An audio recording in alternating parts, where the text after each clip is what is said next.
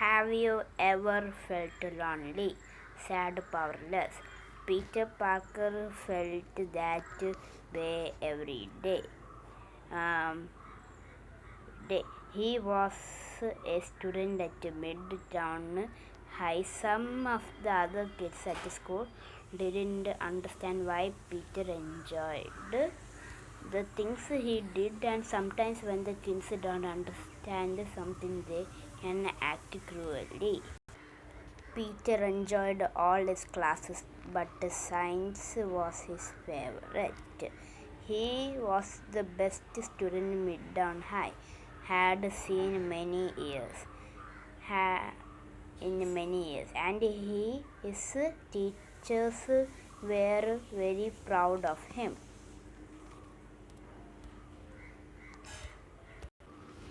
The only thing Peter loved more than science was his family. He lived with his Aunt May and his Uncle Ben in Queens, New York, and whenever Peter felt sad at school, had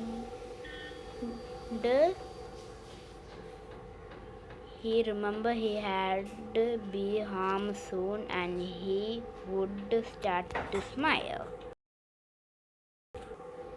Even though some of the kids at the school didn't like him, Peter never stopped trying to be friendly. He had heard about a great demonstration at the science hall. He asked the other kids if they wanted to join him. The other students just laughed at Peter. One of them, a bully named Flash Thomas, even pushed him in the ground. By the time Peter arrived at the science hall, he had he had forget all about his classmates' cruel actions. All he could think about what experiment. He couldn't wait to see how the scientist would control the radio wave. The rapes were ready. Peter looked on, but Sir did something else. The demonstration was about to begin. Peter was saved by the experiment. He was thrilled to be there in the company of such a brilliant scientist. He he wanted to be just like them, smart, talented, and amazing. Everyone was so fascinated that no one noticed when something impaled occurred. A spider descended between the rays just as they were active. And as the radioactive spider fell, dying, it bitten the nearest living thing, which happened to be Peter Parker. As soon as he bitten, Peter felt weak and tired. The room began to spin. The scientists noticed that Peter looked ill, and they offered to help him. But Peter just wanted to get out of the dark laboratory in the fresh air. Peter felt a sudden tingling in his head. It was an itching, nagging feeling. The only thing he understood about it was meant to do something. So he did. Peter was sure he was dreaming. He couldn't really climb up a wall. Nobody could do that. When he reached the roof, he grabbed to a chimney and crushed it. He didn't have the kind of strength. Peter felt the tiny feeling again. This time it gave him a eager to spring and so jump from tall roof to another. And when he wanted to go back down the street, the same strange feeling told him to easily way to get there, climb down a clothesline.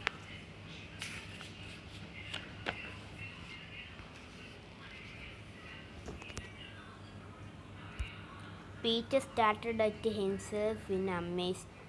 How could this be happen? The Peter realized he started feeling different. Right after being beaten by that spider in the lab, somehow the experiment must have a dying creature, and when it bit Peter, it transferred its power to him.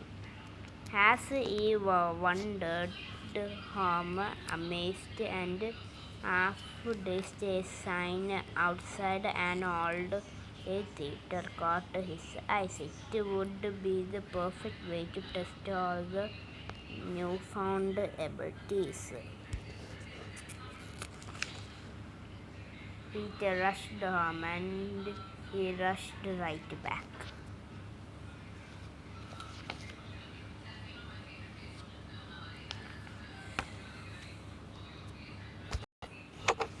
Peter was ready to test its new powers on Trevor, called Usher. Peter wore a edges so that nobody would make fun of him. His plan didn't work.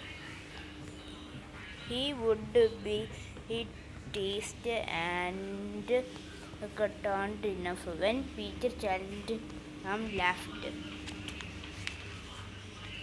By crushed soon found that he was very want to do so.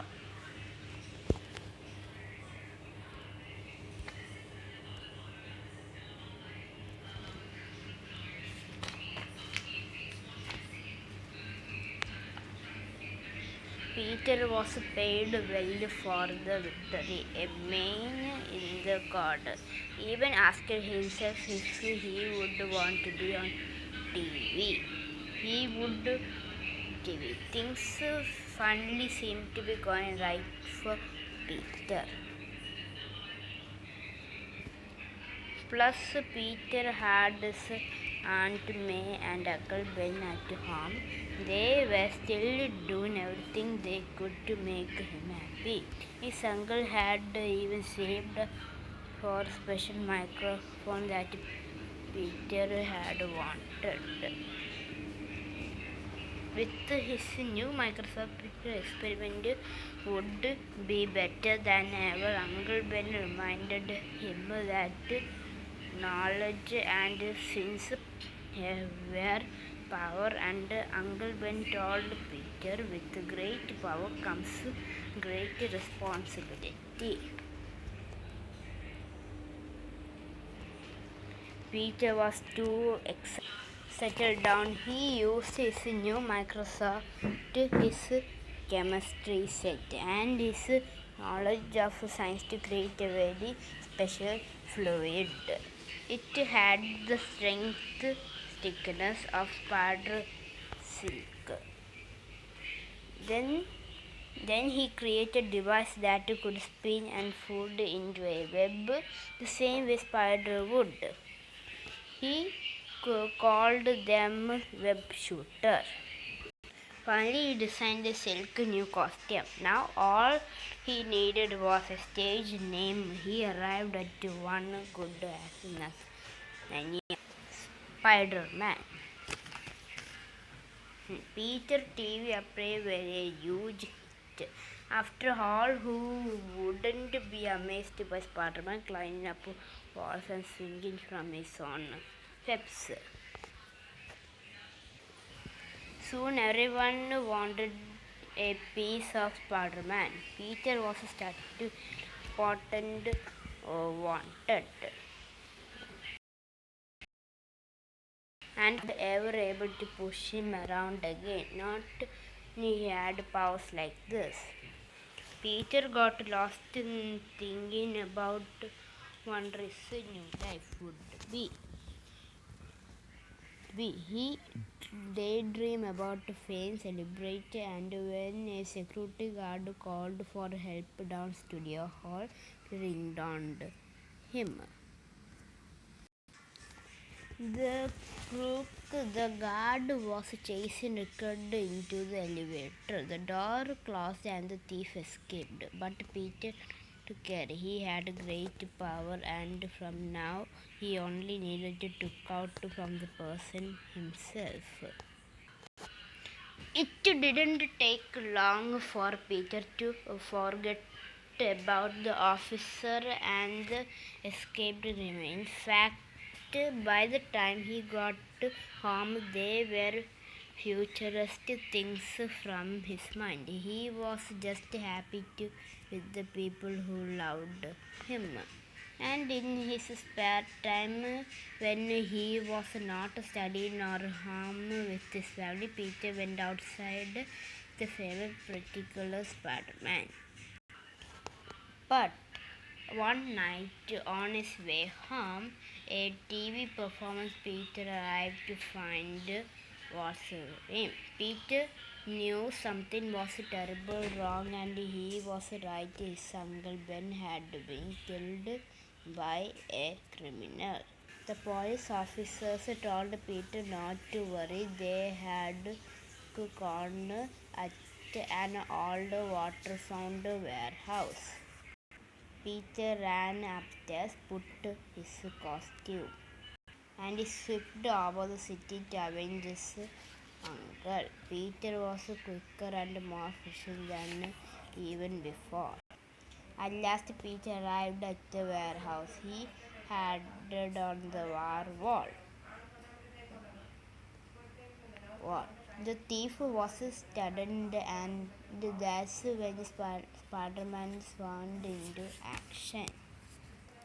The rook had flew from his head, and Peter finally took a good look at him. Peter felt a heavy weight in his chest. It couldn't be, but it was. The man who killed his uncle was the same man he allowed to escape in the elevator at the studio. If only stop him, then if only he had to not act selfishly.